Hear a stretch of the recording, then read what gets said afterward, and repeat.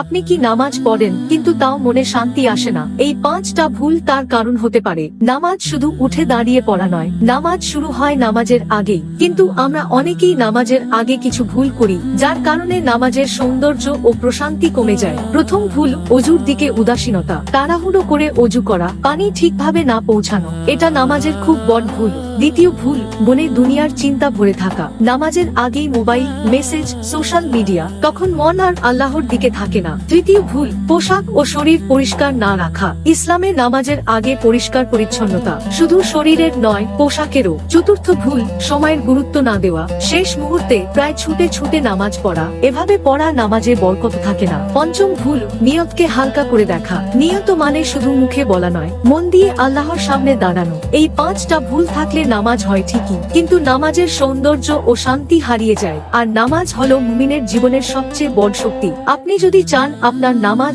আল্লাহর কাছে সুন্দর হোক, তাহলে এই ভিডিওটি শেয়ার করুন, হয়তো কারো জীবনে পরিবর্তন আসতে পারে।